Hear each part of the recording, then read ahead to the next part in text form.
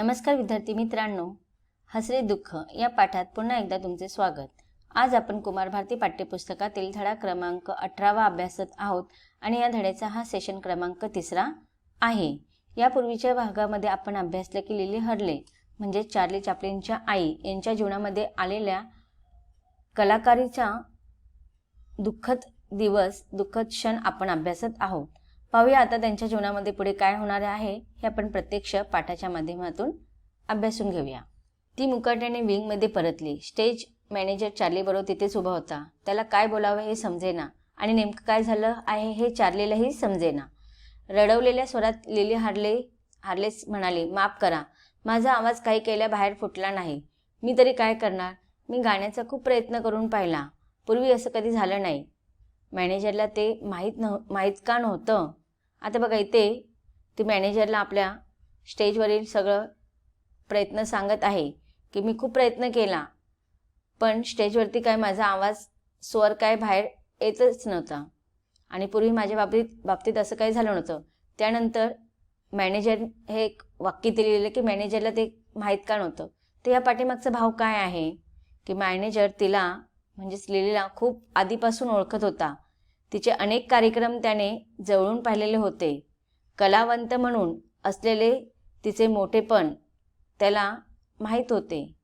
तिची असहाय्यता, अगतिकता त्याला समजत होते।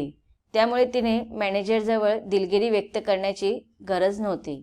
हा सर्व भाव ह्या छोट्याशा वाक्यामध्ये की मॅनेजरला ते माहीत का नव्हतं, या छोट्याशा वाक्यामध्ये हा भाव आपल्याला पाहायला मिळतो। त्यानं पिनफोर अँड आयोलांद आणि मिकाडो या नाटकातल्या तिच्या भूमिका बघितल्या होत्या। सेल्वेंट कंपनीतले ऑपेरा बघितले होते। तिनं गायलेलं शास्त्रीय संगीतही ऐकलं होतं। मग आत्ताच तिच्या आवाजाला एकदम काय झालं होतं हे मॅनेजरलाही कळलं नाही, परंतु त्याला काहीतरी निर्णय घेणं भागच होतं। आता मॅनेजर म्हणून जेवढा तो लिली हार्लेला समजून घेत होता, एक माणूस म्हणून जेवढा तो तिला समजून घेत होता, पण तेवढाच ह्या रंगमंचाचा मॅनेजर म्हणून त्याचं प्रेक्षकांप्रती काहीतरी कर्तव्य लागत होतं। म्हणून यावेळेला त्याला काय करावं हे समजत नव्हतं, पण या क्षणाला काहीतरी निर्णय घेणं गरजेचं होतं हे त्याला कळत होतं। कारण की स्टेजवरती जर असा अर्धवट कार्यक्रम केला तर प्रेक्षक वर्गाकडून त्यांचा जो काही आक्रोश होईल ते अत्यंत वाईट असेल आणि त्यामुळे रंगमंचाचं किंवा इतर काही गोष्टींचं अत्यंत नुकसान होण्याची शक्यता होती।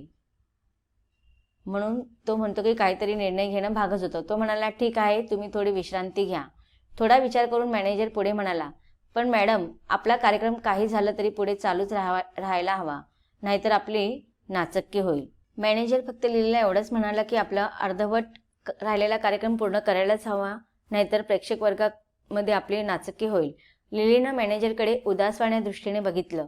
तिचे नीलवर्ण बोलके नेत्र पाणावले होते। नीलवर्ण म्हणजे निळ्या रंगाचे आणि बोलके असे डोळे, ते अश्रूंनी भरले होते। तिच्या पाणीदार नेत्रात आता कारुण्याची छटा दिसत होती। हातात तिनं आपला कोट धरून ठेवला होता, जणू आपला तो नाटकातला कोट तिनं कायमच्या आपल्या अंगावरून उतरवून हातात पकडून ठेवला होता। म्हणजेच इथे जे काही तिने तिच्या खांद्यावरती जी काही जबाबदारी घेतली होती ती जबाबदारी आता ती जणू काही पूर्ण करू शकत नव्हती। ही कुठेतरी खंत तिच्या मनामध्ये जाणवत होती आणि तिच्या पाणीदार नेत्रातून एक दयेची, कारुण्याची भाव तिच्या चेहऱ्यावरती उमटलेली होती आणि अंगावरचा तो कोट उतरवून तिने हातामध्ये धरलेला होता। आपल्या हातांच्या मुठी जुळवून ती मॅनेजरकडे बघत केविलवाण्या मुद्रेने त्याला म्हणाली, मी हा कार्यक्रम कसा काय पुढे चालू ठेवणार? मला तर ते आता स्टेजवरही येऊ देणार नाहीत। मॅनेजर एकदम म्हणाला, छे, तुम्ही आता स्टेजवर जायची गरज नाही, परंतु तुमचं ते अपुरं राहिलेलं गाणं कोणीतरी स्टेजवर जाऊन म्हणायला हवं। या तुमच्या छोट्या चार्लीला तुमचं ते गाणं येतं, त्याला ते गाणं म्हणताना मी ऐकलंय। तुमची हरकत नसेल तर मी याला स्टेजवर घेऊन जातो। आता बघा, त्यावेळेस काहीतरी करणं, निर्णय घेणं मॅनेजरसाठी अत्यंत आवश्यक होतं आणि लिली हार्ले तर आता पुन्हा स्टेजवर जाऊ शकत नव्हती, कारण की तिचा आवाज निघत नव्हता। त्यामुळे स्टेजवर कोणाला तरी जायची गरज होती, तो अर्धवट राहिलेला कार्यक्रम पूर्ण करण्याची गरज होती. त्यामुळे मॅनेजर लिली हार्लेला सांगतात की आता तुझं हे अपुरं राहिलेलं गाणं कोणीतरी जाऊन स्टेजवरती पूर्ण करायला हवं आणि ते गाणं तुझ्या छोट्या 5 वर्षाच्या मुलाला येतं म्हणून, कारण की त्याने हे गाणं अनेक वेळा तुझ्याकडनं ऐकलेलं आहे आणि जेव्हा तो ते गाणं एकट्यामध्ये बोलत असतो तेव्हा ते मी त्याचं गाणं ऐकलेलं आहे आणि तुझी काही हरकत नसेल तर मी त्याला स्टेजवर घेऊन जातो. यावर लिली काहीच बोलली नाही. तिनं चार्लीकडे एकदा निरखून बघितलं, त्याला जवळ घेतलं, त्याच्या काळ्याभर कुरळ्या राठ केसातून हात फिरवला. मायेने ममतेने त्याच्याकडे आस लावून तिने जसं काही प्रेमाने एखादी मोठं कार्य करण्यासाठी एखादा मुलगा निघतो आणि आई त्याला आशीर्वाद देते, जणू काय त्या पद्धतीनेच त्याने आपल्या त्या 5 वर्षाच्या चार्लीकडे निरखून पाहिलं. तिच्या कुरळ्या राठ केसांवरून हात फिरवला. चार्लीला घेऊन स्टेज मॅनेजर केव्हा स्टेजवर गेला हेही तिला कळलं नाही. ती तिच्या विचारामध्ये दुःखामध्ये मग्न झालेली होती. प्रेक्षकांना उद्देशून मॅनेजर म्हणाला, हा चार्ली, लिली हार्लेचा मुलगा. याच्या आईची प्रकृती एकदम बिघडली, तेव्हा तिचं अपुरं राहिलेलं गाणं आता हा पुरं करेल. आपण ते शांतपणाने ऐकून घ्यावं. धन्यवाद. स्टेज मॅनेजरने स्टेजवर जाऊन सगळ्यांना विनंती केली. मग चार्लीकडे बघून मॅनेजर म्हणाला, चार्ली, आता प्रेक्षकांना तू जॅक जोन्स म्हणून दाखव. एवढं बोलून मॅनेजरने चार्लीची पाठ थोपटली आणि तो विंगमध्ये निघून गेला. आता स्टेजवरची सगळी जबाबदारी कोणाची होती तर अवघ्या 5 वर्षाच्या चार्लीची. चार्ली स्टेजवर सहजपणाने उभा होता. त्याला प्रेक्षकांची यत्किंचितही भीती वाटली नाही. तशी भीती वाटण्याचं त्याचं वयही नव्हतं. तर बघा, आता इथे सांगितलेलं आहे की अवघ्या 5 वर्षाचा जो चार्ली, आणि जेव्हा तो स्टेजवर गेला तर त्याला प्रेक्षक वर्गाची भीती नाही वाटली. का वाटावं? कारण की हे वयच असं असतं. तुम्ही पाहता की लहान वयात मुलांना अजिबात भीती ही गोष्टच माहिती नसते. बिनधास्तपणे कोणासमोरही त्यांना काही करायला सांगा, त्यांना येत असणाऱ्या सगळ्या गोष्टी त्या बिनधास्तपणे न लाजता न घाबरता बोलून दाखवतात. एखाद्याला जर गाणं म्हणायला सांगितलं, त्याला गाणं येत असेल तर तो सहजतेने गाणं म्हणून दाखवतो. एखाद्याला छानपैकी नृत्य करता येत असेल, त्याला त्या लहान मुलाला सगळ्या लोकांसमोर जरी नाचायला सांगितलं तर छानपैकी नाचून दाखवतो. कोणाला जोक म्हणता येईल तर ती लहान मुलं घाबरत नसतात. आणि त्याच वयाचा नेमका चार्ली होता. त्याला भीती हा प्रकार माहिती नव्हता आणि प्रेक्षकांना तो किंचितही घाबरला नाही. त्याच्या तोंडावर फुटलाईटची झगमगीत प्रकाश पडला होता, त्यामुळे समोरचा प्रेक्षक वर्ग त्याला धुसर दिसत होता. चार्लीनं गाणं म्हणायला सुरुवात केली. Round about the market don't you see. त्याच्या त्या गाण्याबरोबर वाद्य हृदयांनीही साथ देऊ लागला. सारं थिएटर त्या स्वरांनी भरून गेलं. जादूची कांडी फिरवल्याप्रमाणे सारे श्रोते एकदम शांत झाले आणि चार्लीचं ते गाणं कौतुकाने ऐकायला लागले. त्याचं गाणं ऐकताना ते इतके भारावले की त्यांनी स्टेजवर पैशांची उधळण सुरू केली. तर बघा, आता इथे चार्लीच्या आईचं म्हणजे लिलीचं हे तिचं यशस्वीचं जे काही कारकिर्दी होती ती तिथे संपुष्टात आलेली होती. ते तिथे संपलेलं होतं आणि हा दुःखद क्षण तिच्या जीवनातील होता. पण दुसरीकडेच तिच्या अवघ्या 5 वर्षाच्या चार्लीच्या जीवनातील कारकिर्दीला सुरुवात झालेली होती. पहिल्यांदा तो स्टेजवरती येऊन त्याच्या आईने गायलेलं गीत मधुर स्वरामध्ये गात होता. वाद्यवृद्धही त्याला साथ देत होता आणि त्याचा तो आवाज ऐकून सारं थिएटर त्या स्वरांनी भरून गेलेलं होतं. ज्याप्रमाणे एखादी जादूची कांडी जादूगार फिरवतो, त्याप्रमाणे जणू काही त्या चार्लीच्या स्वराच्या जादूने सारं श्रोतेवर्गांवरती ती जादूची कांडी फिरवली होती आणि जो आवाज गोंधळ करणारा श्रोतेवर्ग एकदम शांत झाला होता आणि चार्लीचं गाणं ते कौतुकाने ऐकायला लागले होते आणि इतके काही भारावून गेले होते, इतके काही आनंदित झाले होते, एवढे काही मग्न झाले होते की त्या आवाजामध्ये, त्या आवाजाची मिठासाने ते एवढे धुंद झालेले होते की त्यांनी स्टेजवरती पैशांची उधळण सुरू केली. तर एकीकडे आईच्या कारकिर्दीत संपुष्टात आलेली होती, तर दुसरीकडे मुलाची कारकिर्दीत सुरुवात झालेली होती. आणि असं हे दुःखद आणि हसरं जीवनातील भावनांमध्ये गुंफलेलं हे क्षण होतं. पैशांची ती बरसात पाहून चार्लीनं आपलं गाणं मध्येच थांबवलं आणि तो प्रेक्षकांना उद्देशून म्हणाला, मी आधी हे पैसे गोळा करतो आणि मग राहिलेलं गाणं म्हणून दाखवतो. आता किती बघा, 5 वर्षाचा अवघा बाळ होता, त्याला काय कळत होतं. आणि लहान मुलांना माहिती आहे पैसे किती प्रिय असतात. कोणी पाहुणे रावणे आले, त्यांना पैसे जर दिले तर ते खूप खुश होऊन जातात.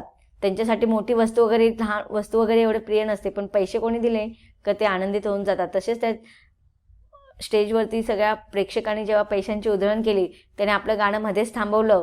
तो सगळ्यांना प्रेक्षकांना उद्देशून म्हणाला की पहिले मी स्टेजवरचे पैसे गोळा करतो आणि मग सगळ्यांना तुम्हाला गाणं म्हणून दाखवतो. असं म्हणून तो स्टेजवरचे पैसे गोळा करायला लागला. त्याच्या त्या धिटाईच्या बोलण्यानं प्रेक्षकात मोठा हशा पिकला. ते त्याला आणखी प्रोत्साहन देऊ लागले. आता बघा, ह्या तल्लख बुद्धीचा पण निरागस बालकाने पैसे गोळा करायला सुरुवात केली आणि तोच हशा मग पूर्ण प्रेक्षक वर्गामध्ये हशा सुरू झाली. कारण की तो अत्यंत धाडसी वृत्तीने धिटाईने बोलला होता आणि ते कृत्य करत होता. आणि प्रेक्षकांनी ज्यावेळेस ते हसायला लागले त्यामुळे त्याला अजून प्रोत्साहन मिळायला लागले, अजून त्याचा उत्साह वाढला. एवढ्यात स्टेज मॅनेजर चार्लीजवळ आला आणि आपल्या जवळचा हातरुमाल बाहेर काढून त्यात तो पैसे गोळा करू लागला. तो स्वतःसाठी पैसा गोळा करतो आहे असं चार्लीला वाटलं. आता ते पैसे चार्लीच्या गीतावरती प्रेक्षकांनी उधळलेले होते आणि ते पैसे गोळा करत असताना मध्येच मॅनेजर आला आणि ते रुमालात पैसे गोळा करू लागला. आता त्या चार्लीला काय वाटलं, हे पैसे कोणाचे आहेत? माझे आहे. पण आता हा मॅनेजर काय करतोय, ते पैसे गोळा करतो आणि तो पैसे तो स्वतःजवळच ठेवणार असं त्या चार्लीला वाटलं. चार्ली लगेच त्याच्याजवळ गेला. एव्हाना मॅनेजर पैसे गोळा करून विंगच्या दिशेने निघून गेला होता. चार्लीनं ताबडतोब त्याचा पाठलाग केला. आता चार्ली विसरला, अरे मी स्टेजवरती आहे, मी गीत गातोय, मध्ये असं संगीत सोडून मी जाऊ शकत नाही. तो लहान होता, त्याच्या लहान निरागस मुलाला एवढी कल्पना नव्हती की मी स्टेजवरून मध्ये जाऊन अयोग्य करतोय. पण त्याने काय पाहिलं की मॅनेजर पैसे घेऊन गेलेले आहेत आणि हे पैसे तो स्वतःसाठी वापरणार, आणि म्हणून तो ताबडतोब त्या मॅनेजरचा पाठलाग करून त्याच्या पाठी जायला लागला. ते दृश्य बघून प्रेक्षकांमध्ये अजूनच हास्य कल्लोळाची लाट उसळली. त्याचवेळी मॅनेजरने ते सारे पैसे चार्लीच्या आईजवळ दिले. तेव्हा कुठे चार्लीच्या जीवात जीव आला. आता बघा, मॅनेजरने पण काय केलं होतं, स्वतःसाठी ते पैसे ठेवले का? नाही. जे काही प्रेक्षकांनी खुश होऊन चार्लीच्या आवाजावरती खुश होऊन पैसे चार्लीसाठी दिलेले होते, ते पैसे मॅनेजरने गोळा करून त्याच्या आईजवळ नेऊन दिले. आणि जेव्हा हे चार्लीने प्रत्यक्ष स्वतःच्या डोळ्याने पाहिलं तेव्हा कुठे त्याच्या जीवात जीव आला की माझे पैसे त्याने स्वतःसाठी ठेवले नाही तर माझ्या आईकडे नेऊन दिले. चार्ली पुन्हा स्टेजवर आला आणि उरलेलं गाणं म्हणायला लागलं. चार्ली गाणं म्हणायला लागला. Since Jack John has come into a little bit of cash, well don't know where are, आणि तो अशा पद्धतीने गीत गायला सुरुवात करतो. गाणं संपलं तेव्हा प्रेक्षकांनी अक्षरशः थिएटर डोक्यावर घेतलं. प्रेक्षकांनी त्याचं आता चांगलं नातं जुळलं होतं, त्याच्यावर त्यानं चांगली छाप टाकली होती. तर अशा रीतीने आईच्या अर्धवट सोडलेलं गाण्याला चार्लीने पूर्ण केलं आणि त्याच्या मधुर आवाजाने आणि त्याच्या त्या हास्यात्मक वागण्याने प्रेक्षकांनी थिएटर डोक्यावर घेतलं होतं.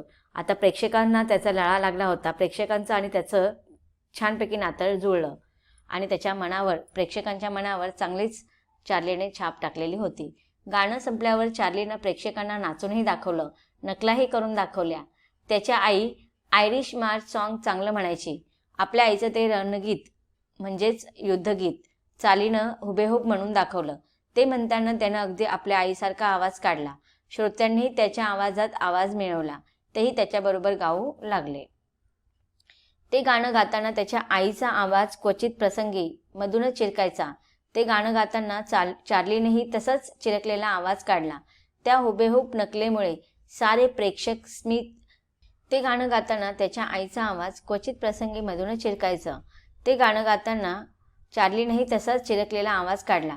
त्या हुबेहूब नकलेमुळे सारे प्रेक्षक स्मित झाले आणि मग पुन्हा जोरदार हशा पिकला. प्रेक्षकांनी ओरडून त्याला शाबासकी दिली. पुन्हा एकदा स्टेजवर पैशांचा पाऊस पडला. तर अशा प्रकारे चार्ली चॅप्लिन यांच्या रंगमंचावरील कारकिर्दीच्या आयुष्याची सुरुवात झाली. आणि ह्या पहिल्याच स्टेजवरच्या त्याच्या ह्या रंगमंचावरील त्याच्या ह्या गीताला, त्याच्या ह्या आज ज्या काही त्याने स्टेजवरती केलं होतं त्या सगळ्या गोष्टींना प्रेक्षकांनी भरभरून साथ दिली. तर विद्यार्थी मित्रांनो, आतापर्यंत पाठाच्या ह्या भागामध्ये आपण काय अभ्यासलं, तर आपण पाहिलं की चार्ली चॅप्लिन यांच्या अवघ्या 5 वर्षाच्या वयापासूनच त्यांनी त्यांच्या रंगमंचावरील कारकिर्दीला कशी सुरुवात झालेली होती याचा अभ्यास आपण या पाठाच्या भागामध्ये अभ्यासलेला आहे. आता पुढे त्याच्या ह्या कारकिर्दीची सुरुवात झाल्यानंतर पुढे काय घडलं याचं वर्णन आपण पाठाच्या माध्यमातून अभ्यासणार आहोत, परंतु ते पुढच्या सेशनमध्ये. धन्यवाद.